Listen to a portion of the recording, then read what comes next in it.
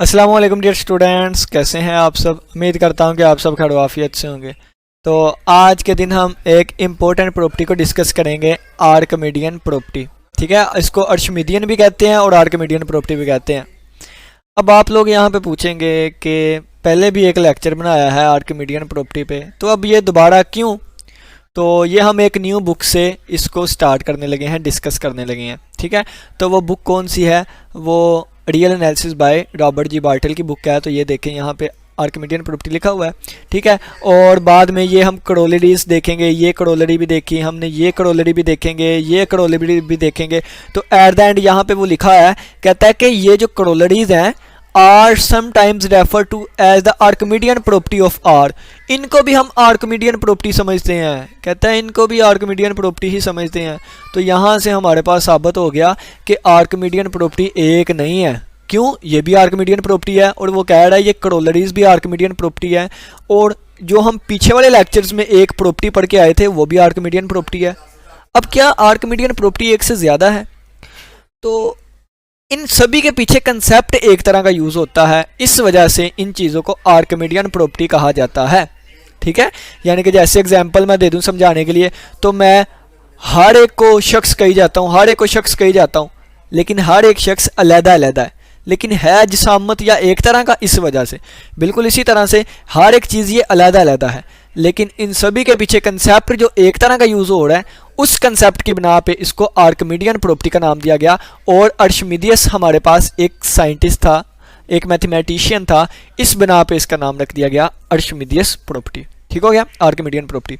तो चले जी देखें, तो अब पीछे वाले लेक्चर्स में हमने इस प्रॉपर्टी को डिस्कस किया था। ठीक है, ये वाली, ये देखें ना, आर्किमिडियन प्रॉपर्टी लिखी हुई है ना, वो हमने ये वाली डिस्कस की थी। अब यहाँ पे अगर मैं आपको थोड़ा सा बता दूँ, तेज़ बोल रहा हूँ, देखें रिलैक्स करके दोबारा बोलता हूँ। हमने कहा था x कोई भी रियल नंबर है, ये पीछे वाले लेक्चर्स में हम डिस्कस करके आए थे। y भी कोई ना कोई रियल नंबर है और x पॉजिटिव रियल नंबर है। ठीक है, नेगेटिव नहीं लेना, पॉजिटिव रियल नंबर है।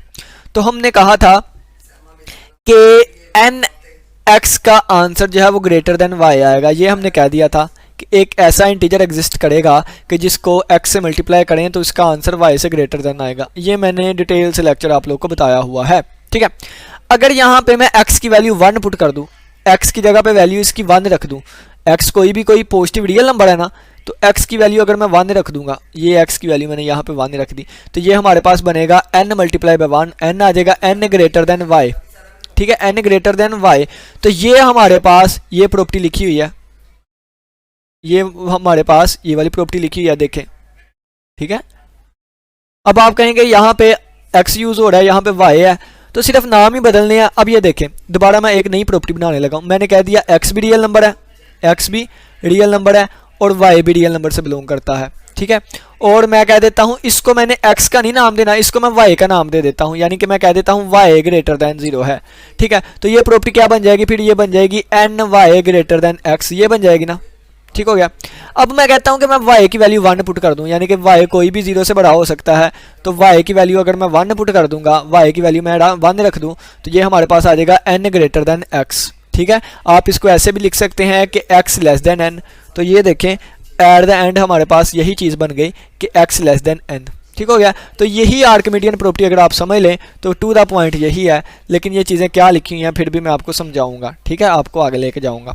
अब देखें, पहले इसको समझ लेते हैं कंसेप्ट क्या कहता है। कहता है अगर x कोई भी हमारे पास रियल नंबर है ना, x कोई भी रियल नंबर है, कोई भी रियल नंबर ले लें, तो हमें ऐसा इंटीजर मिला करेगा जो कि इस रियल नंबर से बड़ा होगा। Then there exist a natural number, तो हमारे पास एक ऐसा नेचुरल नंबर एग्जिस्ट किया करेगा जो कि x से बड़ा होगा। ठीक है, x से बड़ा होगा। एग्जाम्पल के तौर पर आप ले लें, कोई भी x ले लें, फ़र्ज़ किया मैं ले लेता हूँ x की वैल्यू ले लेता हूँ 1024.76। ठीक है, ये मैंने ले लिया एक नंबर, तो ये हमारे पास इससे बड़ा इंटीजर कौन सा होगा, तो इससे बड़ा इंटीजर हमारे पास इससे बड़ा एक नंबर आ गया 1025। तो ये हमारे पास देखें एक ऐसा इंटीजर आ गया जो कि इस रियल नंबर से भी बड़ा है। ठीक है, इसके बराबर भी हो सकता है, अगर मैं x की वैल्यू 1025 ले लूँ ठीक है। तो फिर हमारे पास ये खुद ब खुद एक इंटीजर होगा, तो यहाँ पे आप चाहें तो इक्वल टू भी लगा सकते हैं, ठीक है, ये ग्रेटर देन इक्वल टू भी लगा सकते हैं, यानी कि x कोई भी रियल नंबर ले लें, हमें उसके बराबर एक नेचुरल नंबर मिला करेगा या उससे बड़ा, तो यहाँ पे बराबर वाली कंडीशन भी आएगी। तो यहाँ पे देखें ये बराबर वाली लिखी हुई है, ठीक है, ये वाली देखें ना बराबर वाली लिखी हुई है, लेकिन यहाँ पे वो मिस्टेक से नहीं लिखी गई, ठीक है, तो ये बराबर वाली भी आएगी। अब बराबर वाली तो ज़ाहिर सी बात है कि अगर रियल नंबर नेचुरल नंबर है तो वो बराबर आ जाएगा, और अगर वो रियल नंबर कोई इशारिये वाला है तो फिर हम साबित करेंगे कि उससे भी बड़ा हमारे पास एक नेचुरल नंबर आता है, ठीक है। तो ये चीज़ हम साबित करने लगे हैं। चलिए आइए स्टार्ट करते हैं। अब इक्वल टू वाला केस तो छोड़ देना, क्योंकि मैंने आपको बताया कि अगर इशारिये के बगैर आ गया तो वो आपस में बराबर होंगे, और अगर x हमारे पास कोई इशारिये वाला आ गया है तो उससे बड़ा हमारे पास कोई ना कोई एक इंटीजर एग्जिस्ट किया करेगा, एक नेचुरल नंबर, ठीक है। नेचुरल नंबर का मतलब है पॉजिटिव इंटीजर, यानी कि 1 2 3 इनमें से, ठीक है। चलिए जी इसका प्रूफ स्टार्ट करते हैं। इसको कंट्राडिक्शन से हम प्रूव करने लगे हैं, इसको कंट्राडिक्शन से, यानी कि इस चीज़ को अगर हमने सही साबित करना है तो उसके उलट ऑन कंट्रेरी सपोज कर लेते हैं। तो इसके उलट क्या आ जाएगा, ये वाली चीज़, ठीक है, इसके उलट ये वाली चीज़ आ जाएगी। अब ये वाली चीज़ क्या है, n छोटा है, n बड़ा है या बराबर है x से, तो मैं इसको लिख सकता हूँ n बड़ा है या बराबर है x से, ठीक हो गया। यानी कि बल्कि इसके उलट लेके चलना था, मैं तो सेम यही लेके चल पड़ा। इसके उलट क्या होगा, ये n बड़ा है x से, तो इसके उलट आएगा n छोटा है या बराबर है x के, ठीक है, ये वाला आ गया हमारे पास, n छोटा है या बराबर है x के, ठीक है। तो मैं यहाँ पे लिख देता हूँ n छोटा है या बराबर है x से। अब इन एलिमेंट्स को मैं एक सेट में बंद कर देता हूँ, ठीक है, n एलिमेंट्स को मैंने एक सेट में बंद कर दिया, और ये एक ऐसा सेट लिया है जो कि x से एलिमेंट सारे छोटे हैं, और x बिलोंग कहाँ से करता है, रियल नंबर में से, और n की वैल्यूज़ कहाँ से आएंगी, नेचुरल नंबर में से, ठीक है। ये मैंने एक सेट बना दिया, ये मैंने एक सेट बना दिया। अब ये जो मेरे पास सेट आया है, ये सेट, इस सेट में कौन से एलिमेंट है, n एलिमेंट्स हैं। कौन से n एलिमेंट्स हैं, n ऐसे एलिमेंट हैं जो कि x से छोटे या उसके बराबर हैं। n कौन से एलिमेंट हैं, n वो वाले एलिमेंट हैं जो कि x से छोटे या उसके बराबर हैं, यानी कि इस सेट का हर एक एलिमेंट x के बराबर या उससे छोटा होगा, ठीक है। तो x से छोटा होगा तो x मेरे पास क्या आ गई, अपर बाउंड आ गई, यानी कि ये हमारे पास बाउंडेड अबव हो गया, ये सेट हमारे पास क्या हो गया, बाउंडेड अबव हो गया। तो x हमारे पास तो लिखा हुआ है x is an upper bound of n, ठीक है। तो x हमारे पास अपर बाउंड आ गई है, ठीक है। जब हमारे पास किसी सेट की अपर बाउंड आ जाए, जब हमारे पास कोई सेट नॉन एम्प्टी हो और इसकी अपर बाउंड आ जाए, तो बाय कंप्लीटनेस प्रॉपर्टी हमें कहती है कि उसकी सुप्रीमम एग्जिस्ट करेगी। कंप्लीटनेस प्रॉपर्टी क्या कहती है, दोबारा देख ले, मैं ऐसे सेट यहाँ पे लिखने लगा हूँ। अगर ये सेट जो है ये बाउंडेड बिलो हो और नॉन एम्प्टी हो तो फिर इसकी इनफीमम एग्जिस्ट किया करेगी, और अगर कोई सेट जो है वो नॉन एम्प्टी हो और बाउंडेड अबव हो तो इसका मतलब है कि उसकी हमारे पास सुप्रीमम एग्जिस्ट करेगी। तो सेट हमारे पास नॉन एम्प्टी है और अपर बाउंड आ रही है इसकी, यानी कि ये बाउंडेड अबव है, तो इसकी सुप्रीमम जो है वो एग्जिस्ट करेगी। और हमने लेट कर लिया कि वो सुप्रीमम क्या है, u है, और हमने लेट क्या किया, सुप्रीमम क्या है, u है। तो सुप्रीमम हमारे पास क्या आ गई, supremum of set this set जो है वो सुप्रीमम कितनी आ गई, सुप्रीमम हमारे पास आ गई u, सुप्रीमम कितनी आ गई, u आ गई। अब u में से अगर मैं एक चीज़ माइनस कर दूंगा, u सुप्रीमम आ गई, u सुप्रीमम। u सुप्रीमम का मतलब है, सुप्रीमम कहते हैं लीस्ट अपर बाउंड, तो सुप्रीमम का मतलब है हमारे पास लीस्ट अपर बाउंड आ गई, लीस्ट अपर बाउंड आ गई, यानी कि सबसे छोटी अपर बाउंड आ गई, सबसे छोटी अपर बाउंड। अब अगर मैं u में से एक माइनस कर दूंगा, अगर मैं u में से एक माइनस कर दूं, 1 माइनस कर दूं, तो ये अपर बाउंड नहीं रहेगी, ये अपर बाउंड नहीं रहेगी। क्यों नहीं रहेगी, तो सादा सी बात है कि अपर बाउंड में से सबसे छोटी अपर बाउंड ये है, तो जब सबसे छोटी अपर बाउंड में से कोई चीज़ माइनस कर दूंगा तो और अपर बाउंड वो रहेगी नहीं। क्यों, क्योंकि सबसे छोटी तो ये थी ना, ठीक है। तो ये हमारे पास, ये जो u में से कोई चीज़ माइनस कर दूंगा तो ये हमारे पास अपर बाउंड नहीं रहेगी। क्यों, क्योंकि सबसे छोटी ये थी, तो जब सबसे छोटी में से कोई चीज़ माइनस कर दूंगा तो वो अपर बाउंड रहेगी नहीं, बल्कि अपर बाउंड के अलावा कोई एलिमेंट आ जाएगा, ठीक है। तो ये लिखा हुआ है सब्ट्रैक्टिंग 1 फ्रॉम यू में से 1 माइनस करेंगे तो u माइनस 1 आ जाएगा, ठीक है। और u minus 1 is not upper bound of n, और u माइनस 1 जो है वो अपर बाउंड।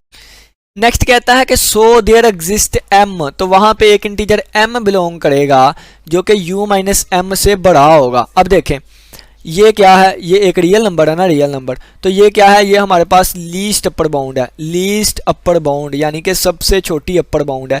तो n सेट है, तो इसकी जो सबसे लीस्ट अपर बाउंड है वो u आ गई है। u में से 1 माइनस करूंगा तो वो एलिमेंट इस सेट में से आएंगे।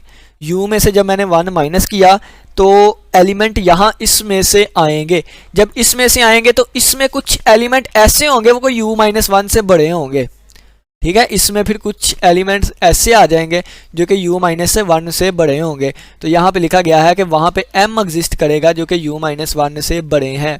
एडिंग, अब इस देखें u माइनस 1 लेस देन आ गया m से, तो यहाँ पे मैं लिख देता हूँ साइड पे u माइनस, कलर चेंज करके लिख दूँ, ठीक है।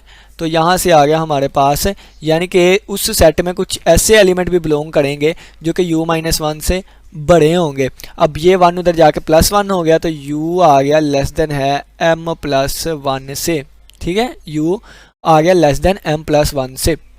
अब m क्या था, m हमारे पास एक इंटीजर था। हमने कहा था क्यों, क्योंकि m कहाँ से बिलोंग करेगा, तो मैंने कहा था इस सेट के कुछ एलिमेंट्स इससे बड़े होंगे। तो इस सेट के कुछ एलिमेंट्स यानी कि इस सेट के m एलिमेंट्स होंगे जो कि इससे बड़े होंगे। तो इस सेट में m एलिमेंट, तो m क्या है, यानी कि इस सेट के एलिमेंट क्या है, तो इस सेट के n एलिमेंट्स हैं, यानी कि n नेचुरल नंबर है, तो ये m भी एक नेचुरल नंबर होगा। तो अगर m हमारे पास एक नेचुरल नंबर था तो m में एक 1 प्लस ऐड कर दूंगा तो m प्लस 1 भी कहाँ से बिलोंग करेगा, नेचुरल नंबर में से ही बिलोंग करेगा, ठीक है। n भी कहाँ से, नेचुरल नंबर से बिलोंग करेगा। तो u हमारे पास लेस देन m प्लस 1 है और n नेचुरल नंबर से बिलोंग कर रहा है। ये बात तो गलत हो गई, यानी कि ये तो कंट्राडिक्शन हो गई। कंट्राडिक्शन क्या हुई है, तो जब हमने u को क्या कहा था, u को हमने सुप्रीमम कहा था, तो सुप्रीमम का मतलब था least upper bound. Least upper bound से इस सेट के तमाम एलिमेंट छोटे होते हैं, लीस्ट अपर बाउंड से इस सेट के तमाम एलिमेंट छोटे होते हैं। लेकिन इस सेट में एक ऐसा एलिमेंट आ गया m प्लस 1 के वो एलिमेंट इससे बड़ा हो गया। ये देखिए वो एलिमेंट u से बड़ा हो गया, तो ये कंट्राडिक्शन आ गई। दोबारा यहां पे समझ लें, सुप्रीमम आई थी हमारे पास u यानी कि लीस्ट अपर बाउंड, तो तमाम एलिमेंट इस सेट के लीस्ट अपर बाउंड से छोटे होते हैं, ठीक है। उसके इक्वल भी हो सकता है, छोटे होते हैं। तो लेकिन हमारे पास एक m प्लस 1 एक ऐसा एलिमेंट आ गया जो कि इस सेट से बिलोंग करता है और सुप्रीमम से भी बड़ा आ गया। हालांकि इस सेट में ऐसा कोई एलिमेंट नहीं आता बाय डेफिनेशन कि जो सुप्रीमम से बड़ा, तो ये गलत चीज़ आ गई हमारे पास। ये गलत चीज़ कब आई, जब हमने ये एक चीज़ को सपोज किया था, यानी कि ये सपोज की हुई चीज़ गलत है, ये सपोज की हुई चीज़ गलत है तो इसका मतलब इसका उलट ठीक है। तो ये वाली चीज़ हमारे पास दुरुस्त होगी, ठीक है। और इसको हम कहते हैं आर्किमिडियन प्रॉपर्टी, यानी कि कोई भी रियल नंबर ले लें उसके मुकाबले में एक ऐसा इंटीजर आएगा या तो वो उस रियल नंबर के इक्वल होगा या उससे बड़ा होगा, ठीक है। ये इसका क्या मतलब है मैंने स्टार्टिंग में पढ़ा दिया था। तो ये हमारे पास आर्किमिडियन प्रॉपर्टी आ गई। अब इसके रिलेटेड कुछ करोलरीज। करोलरी नंबर 2.4.4 ये कहती है कि अगर हमारे पास ये सेट है, ये वाला सेट है, तो कहता है देन इसकी इनफीमम जो होगी वो 0 होगी। पहले इस सेट को डिफाइन कर लेते हैं। ये सेट क्या है, सेट S इक्वल है हमारे पास, जब n की वैल्यू 1 पुट करूंगा तो 1 ओवर 1 1 आ जाएगा, जब n की वैल्यू 2 पुट करूंगा 1 ओवर 2 आ जाएगा, जब n की वैल्यू 3 पुट करूंगा 1 ओवर 3 आ जाएगा, और सो ऑन चलता जाएगा 1 ओवर 4 और सो ऑन चलता गया ये चलता जाएगा। तो अगर आप देखें तो ये 1/2 का आंसर आता है 0.5, इसका आंसर आता है 0. जितना भी आएगा 3 इसका आंसर, जो भी सो ऑन आंसर छोटा होता जाएगा और आंसर छोटा होता कहाँ तक जाएगा, 0 तक जाएगा, 0 को अप्रोच कर जाएगा, ठीक है। तो यानी कि ये जो है ये 1 से लेके, यानी कि ये जो सेट S है ये सबसेट है किसका, 1 से लेके 0 तक का, ठीक है, 1 से लेके 0 तक का। तो इसकी अगर मैं अपर बाउंड की बात करूं तो अपर बाउंड 1 है और लोअर बाउंड 0 होगी, यानी कि अगर इसकी बात करूं ये वाली चीज़ इस तरह, ठीक है। ये जो सेट है ये सबसेट है, यानी कि इसके एलिमेंट यहाँ तक ही रहेंगे, ना तो इस सेट के 1 से एलिमेंट बढ़ सकते हैं और ना ही इसके एलिमेंट 0 से कम हो सकते हैं, सही हो गया। तो इस सेट के एलिमेंट ना तो 1 से बड़े हो सकते हैं और ना ही 0 से छोटे हो सकते हैं, यानी कि इस सेट की जो अपर बाउंड होगी, यानी कि बाउंडेड अबव होगा ये 1 पे होगा और बाउंडेड बिलो जो होगा वो 0 पे होगा। और अगर वो कहता है कि इसकी इन्फिमम 0 आ रही है, इसको आप साबित करें। ठीक है, चलिए जी हम स्टार्ट करते हैं।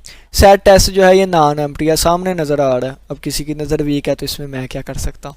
ठीक है, तो सेट टेस्ट जो है हमारे पास क्या है, नॉन एम्प्टी है, इसमें एलिमेंट्स मौजूद है। कहता है इज बाउंडेड बिलो बाय 0, ये बाउंडेड बिलो है 0 पे, तो ये देखें 0 से बाउंडेड बिलो है। ठीक है, इट हैज़ एन इन्फिमम, अगर बाउंडेड बिलो है तो by using the completeness property क्या कहती है कि अगर कोई सेट बाउंडेड बिलो हो तो इन्फिमम आती है, बाउंडेड अबव हो तो सुप्रीमम आती है। ठीक है, तो बाय यूजिंग कंप्लीटनेस प्रॉपर्टी ये सेट हमारे पास बाउंडेड बिलो है तो इसकी इन्फिमम कोई ना कोई आएगी, यानी कि ये इन्फिमम रखता है।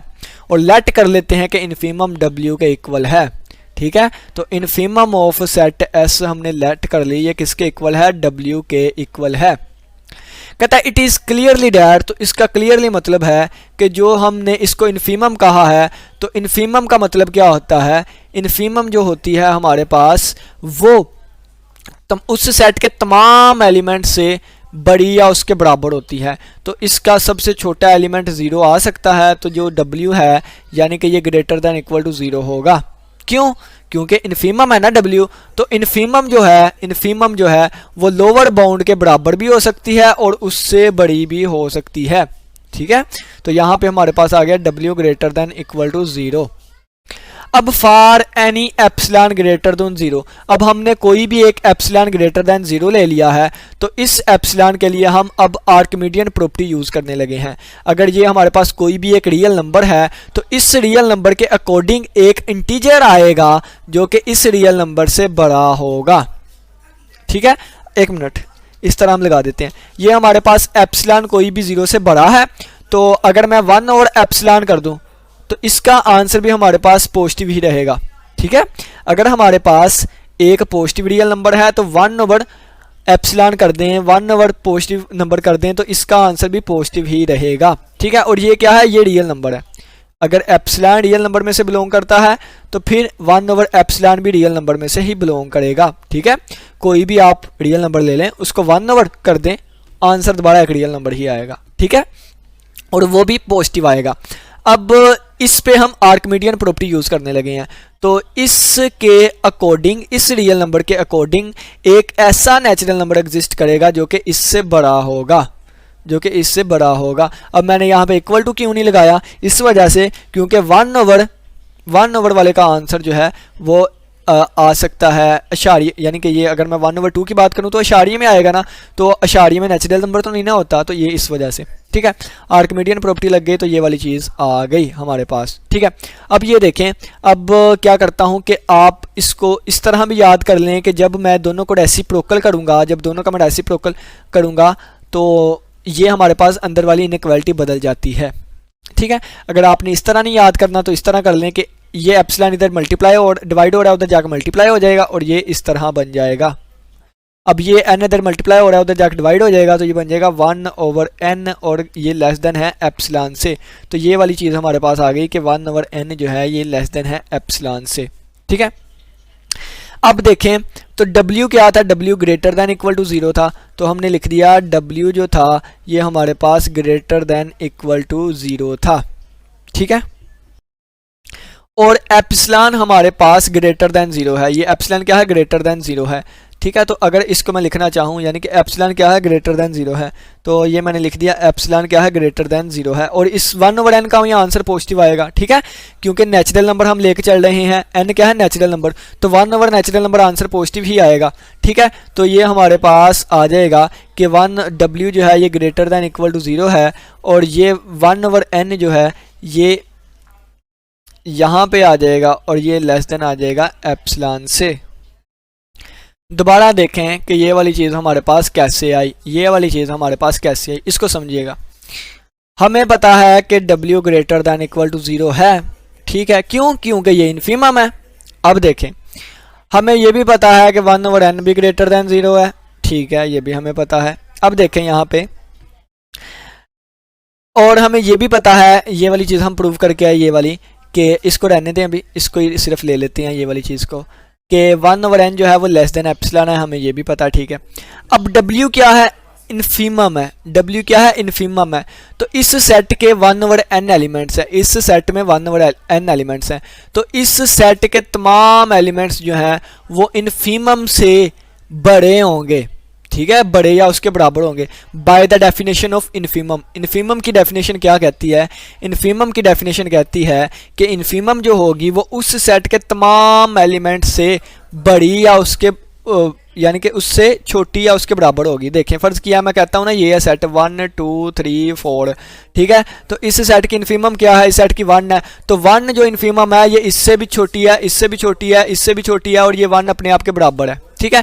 बिल्कुल इसी तरह अगर W है इन्फीमम, तो W इन तमाम एलिमेंट से छोटी होगी या इससे बराबर होगी, ठीक है। तो ये हमारे पास आ गया 0 less than equal to W, और W इन्फीमम है तो ये तमाम एलिमेंट से छोटी या उसके बराबर होगी। अब ये 1/n क्या है, लेस देन एप्सिलॉन है, तो ये लेस देन एप्सिलॉन आ गया। तो यहाँ से हमारे पास ये इन तीनों को मिला के एक हमारे पास रिलेशन आएगा, ये वाला रिलेशन इन तीनों से आ गया। अब मैं आप लोग को पीछे एक थ्योरम करवा के आया था, हमने कहा था, वो थ्योरम मैं यहाँ पे टू द पॉइंट लिख देता हूँ। हमने पढ़ा था कि अगर हमारे पास एक नंबर a है और वो ग्रेटर दैन इक्वल टू 0 के है और लेस देन है एप्सिलॉन के, तो a हमारे पास 0 के इक्वल होगा। बिल्कुल यही हमारे पास यहाँ पे कंसेप्ट यूज़ करें तो यहाँ पे इसकी जगह पे a लिखा हुआ है, तो ये हमारे पास W किसके इक्वल आ जाएगा, 0 के इक्वल आ जाएगा। तो यही तो साबित करना था कि हमने इन्फीमम 0 के इक्वल है, W क्या है, इन्फीमम ऑफ S है, तो हमारा साबित हो गया कि इन्फीमम जो है, इन्फीमम हमारे पास S की वो किसके इक्वल आ गई, 0 के इक्वल आ गई। डैट इज़ आवर प्रूफ, ठीक है। तो एक एक चीज़ समझाने की कोशिश की है, उम्मीद करता हूँ कि इसकी समझ आई होगी, ठीक है। अब हम चलते हैं नेक्स्ट करोल। अब नेक्स्ट हमारे पास होता है 2.4.5 करोलरी। कहता है अगर t जो है वो 0 से बड़ा है, देन देयर एग्जिस्ट, एक ऐसा नेचुरल नंबर एग्जिस्ट करेगा कि वो 0 से बड़ा हो, यानी कि 1/n जो होगा वो 0 से बड़ा होगा, t से लेस देन हो। वही एट द एंड पीछे कंसेप्ट क्या चीज़ है, देखें कि मैं क्या ले लेता हूँ, अब मैं एक सेट डिफाइन करवा लेता हूँ, ठीक है। मैं सेट यानी कि ऊपर हम पढ़ के आए हैं ना, ऊपर क्या चीज़ पढ़ के आए, हम ये पढ़ के आए कि इस सेट की जो इन्फीमम है वो किसके इक्वल है, इस सेट की इन्फीमम 0 के इक्वल है, ठीक है। तो यही कंसेप्ट हम जानते हैं कि इस सेट की जो इन्फीमम होगी, इन्फीमम ऑफ दिस सेट किसके इक्वल है, 0 के इक्वल है, ठीक है। देन और t ग्रेटर दैन 0, यानी कि ये हमें गिवन है t क्या है, greater than 0, then t is not a lower bound, lower bound नहीं होगी। क्यों नहीं होगी, क्योंकि t हमारे पास ग्रेटर दैन 0 है और 0 ग्रेटर दैन है, ठीक है। और अगर हम इसकी बात करें तो इस सेट में 1/n एलिमेंट्स हैं, इसमें कौन से एलिमेंट्स हैं, 1/n एलिमेंट्स हैं, और 1/n एलिमेंट्स यानी कि ये जो सेट होगा, फ़र्ज़ किया इसको मैंने सेट, एक मिनट माइंड फ्रेश कर ले, मुझे लग रहा है कि मैं ज़्यादा बोल रहा हूँ, आप कंफ्यूज हो रहे हैं, ठीक है। तो स्टार्टिंग पे करते हैं, देखें स्टार्टिंग पे चलते हैं। ये सेट है, इस सेट को मैंने S का नाम दे दिया, इस सेट को मैंने S का नाम दे दिया, ठीक है। तो ये सेट हमारे पास आ गया, सेट है S। Infimum of this set है, इस सेट की जो इन्फीमम है वो किसके इक्वल आएगी, 0 के इक्वल आएगी, ठीक है। क्यों, क्योंकि हम पीछे वाली करोलरी में ये साबित करके आए थे। अब इसके साथ हमें एक और चीज़ गिवन है, क्या कि t ग्रेटर दैन 0 है, तो t हमने ग्रेटर दैन 0 ले लिया, ठीक है, t हमने ग्रेटर दैन 0 ले लिया। अब देखें, अब इस सेट में कैसे एलिमेंट है, इस सेट में 1/n एलिमेंट्स है, कौन से 1/n एलिमेंट्स हैं। अब 1/n एलिमेंट्स हैं, तो इस सेट को मैंने आपको ओपन करके दिखाया था, मैंने कहा था सेट S जो है ये सबसेट होगा 0 से लेके 1 तक का, ठीक है। यानी कि इस सेट S का एलिमेंट जो है वो ना तो 0 से पीछे कम हो सकता है और ना ही 1 से ज़्यादा हो सकता है, ठीक है। ये जो सेट है इसके एलिमेंट 0 से 1 के दरमियान रहेंगे और 1 के इक्वल भी हो सकता है, ठीक है। इसके एलिमेंट 0 से 1 तक यानी कि कुछ भी हो सकते हैं, इसमें इसका सबसेट है। अब देखें कि वो कहता है कि अगर t 0 से बड़ा है, ठीक है। अब इसकी अगर मैं लोअर बाउंड्स की बात करूं, इस सेट की लोअर बाउंड्स क्या होंगी, तो इस सेट की जो लोअर बाउंड्स का सेट होगा वो 0 से लेके -∞ तक होगा, ठीक है सेट। अब t हमने ग्रेटर दैन 0 लिया है, तो क्या t इसमें आता है, तो t इसमें से बिलोंग नहीं करता, यानी कि t बिलोंग नहीं करता इसमें से, t बिलोंग नहीं कर रहा इसमें से। क्यों? क्योंकि टी तो हमें पॉजिटिव दिया गया है। तो ये सेट किसका था? ये सेट हमारे पास लोअर बाउंड्स का सेट था। सेट एस की लोअर बाउंड्स का सेट ये वाला था, ठीक है। सेट एस की लोअर बाउंड्स का सेट ये वाला था। टी हमारे पास एक पॉजिटिव नंबर है, टी इसमें से बिलोंग नहीं करता, यानी कि लोअर बाउंड्स के सेट में से बिलोंग नहीं करता, तो टी जो है वो लोअर बाउंड नहीं होगी, ठीक है। तो यहाँ पे लिख दिया T is not a lower bound for the set, इस सेट की टी लोअर बाउंड नहीं है, ठीक है। अब देखें बाय यूजिंग आर्किमिडियन प्रॉपर्टी। अब ये सिंपली देख लें कि जैसे हम ये एट द एंड ये वाली चीज़ पढ़ के आए थे ना, यानी कि 0 और ग्रेटर दैन इक्वल टू ये वाली चीज़, बिल्कुल यही चीज़ लिखी हुई है ये वाली, ठीक है, ये वाली चीज़ ही लिखी हुई है। तो आप ये लिख सकते हैं, कहता है then there exist an t, वहाँ पे एक हमारे पास एक ऐसा इंटीजर एग्जिस्ट करेगा जो कि 0 से लेके टी के दरमियान होगा, ठीक है। आप इस पे सिंपली जो है वो आर्किमिडियन प्रॉपर्टी भी यूज़ कर सकते हैं। क्या कि अगर आप इसको ओपन करके देखें ना, इसको अगर ओपन करके देखें तो ये क्या चीज़ लिखी हुई है, तो ये वाली चीज़ इस तरह लिखी हुई है यानी कि अगर मैं इसको ओपन करके देखूं तो ये हमारे पास लिखी हुई है, यानी कि ये वाली चीज़ लिखी हुई है ना 1/n_t, और ये लेस देन है टी के, और अगर इसको मैं मल्टीप्लाई करवा दूं ये बन जाएगा 1/t_n_t, और अगर टी इधर आगे डिवाइड हो जाए तो ये हमारे पास बन जाएगा 1/t ये वाली चीज़, और एट द एंड देखें अगर आप तो यही चीज़ लिखी हुई है, यानी कि एप्सिलॉन की जगह बस टी लिखा हुआ है और कोई नई बात नहीं है। एप्सिलॉन की जगह क्या लिखा हुआ है? टी लिखा हुआ है, तो यानी कि ये वाली चीज़ बन रही है ये वाली, ठीक है ना। ये देखें बस जी बस, और यही चीज़ है, बस यहाँ पे इक्वल टू आ रहा है। इक्वल टू क्यों आ रहा है? क्योंकि ये इन्फीमम थी, ठीक है, और यहाँ पे हम अपर बाउंड्स की बात कर रहे हैं, ठीक है। तो ये हमारे पास आ गए, ठीक हो गया। नेक्स्ट अब करोलरी पे चलते हैं, करोलरी नंबर लास्ट वाली करोलरी। और अब ये हमारे पास नेक्स्ट करोलरी आगे कहता है कि अगर y 0 से बड़ा है, यानी कि y एक पॉजिटिव रियल नंबर है, देन हमारे पास एक ऐसा नेचुरल नंबर एग्जिस्ट करेगा कि y से छोटा भी, यानी कि n-1 greater than less than equal to होगा y से, और y less than equal to होगा ny से। दोबारा समझ ले, y पॉजिटिव है ना, तो वहाँ पे ऐसा इंटीजर एग्जिस्ट करेगा, ऐसा नेचुरल नंबर इंटीजर, यानी कि natural number positive integer exist करेगा कि ये जो y है ना ये ग्रेटर दैन इक्वल टू होगा n-1 से, ठीक है, और ये लेस दैन इक्वल टू होगा किससे? n से।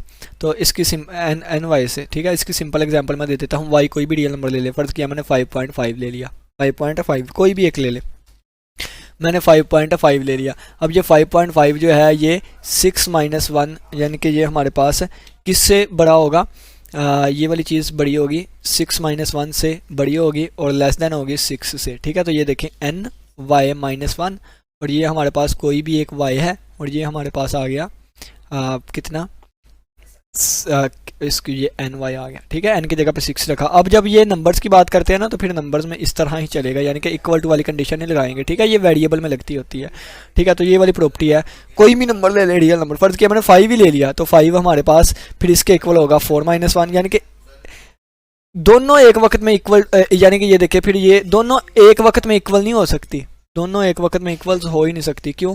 क्योंकि n-1, ये देखें ना, फिर n-1 और ये आ जाएगा हमारे पास, दोनों इक्वल एक वक्त में हो ही नहीं सकती, यानी कि ये केस पॉसिबल नहीं है, ठीक है ना। ये केस पॉसिबल नहीं है, हो ही नहीं सकता। क्यों? क्योंकि 5 ग्रेटर दैन 5 होगा, और ये 5 - 1 ये कभी इक्वल हो ही नहीं सकता।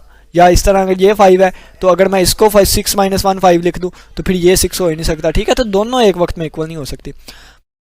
कहता है आर्किमिडियन प्रॉपर्टी m एलिमेंट्स हैं इस सेट में, तो बाय वेल ऑर्डरिंग प्रॉपर्टी, ये वेल ऑर्डरिंग प्रिंसिपल जो है ना, ये मैंने नंबर थ्योरी में पढ़ाया था, मुझे आज भी याद है, दूसरा या तीसरा लेक्चर था, शायद पहला था। वेल ऑर्डरिंग प्रॉपर्टी कहती है कि अगर कोई हमारे पास सेट है ना वो नॉन एम्प्टी है, तो उसमें एक लीस्ट एलिमेंट आता है, ठीक है। तो ये हमारे पास एक नॉन एम्प्टी सेट है, तो ये हमारे पास नॉन एम्प्टी सेट है, तो बाय वेल ऑर्डरिंग प्रिंसिपल इसमें एक लीस्ट एलिमेंट होगा विच वी डिनोट, जिसको हमने ny से डिनोट किया है, ठीक है। ny से ये लीस्ट एलिमेंट है। अगर ये सबसे छोटा एलिमेंट है उस सेट का, तो फिर अगर इस एलिमेंट से एक माइनस कर दूं, इसमें से एक माइनस कर दूं, तो फिर वो उस सेट में से बिलोंग नहीं करेगा, ठीक है। तो फिर हमने कह दिया कि y जो है हमारे पास वो इस एलिमेंट से लेके इसमें बिलोंग करेगा, ठीक है। तो मज़ीद ये आप लोग के लिए होमवर्क के तौर पे, अगर किसी बच्चे का इसमें कोई भी क्वेश्चन हो तो लाजमी पूछिएगा, इसमें कोई भी क्वेश्चन हो तो लाजमी पूछिएगा, मैं उसको कमेंट सेक्शन में क्लियर करूँगा। ये आप लोगों के लिए होमवर्क के तौर पर है, ठीक है। तो कमेंट सेक्शन में ये सारा आप लोगों ने मुझे अगर जिसकी समझ नहीं आई वो आपने बताना है। उम्मीद करता हूँ कि आज के लेक्चर की समझ आई होगी। किसी बच्चे का कोई भी क्वेश्चन हुआ लाजमी पूछिएगा। इसी के साथ इजाज़त दीजिए। अब ये देखें लास्ट पे लिखा हुआ है कि ये सारी corollaries are sometimes refer to the Archimedean property को ही रेफर करती है, क्योंकि सभी के पीछे कंसेप्ट एक ही है, क्या? वो ये वाला कि अगर हमारे पास 2 रियल नंबर्स हैं तो फिर n(x) जो है ये हमारे पास ग्रेटर देन आया करेगा y से। ठीक है, इसी के साथ इजाज़त दें, अल्लाह हाफिज़।